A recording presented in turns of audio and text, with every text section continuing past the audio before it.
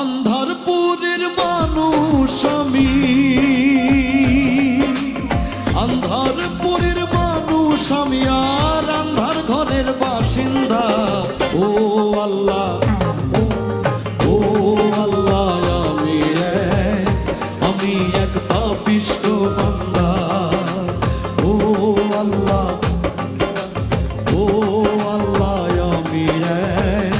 আমি এক পাপিষ্ঠ বান্দা।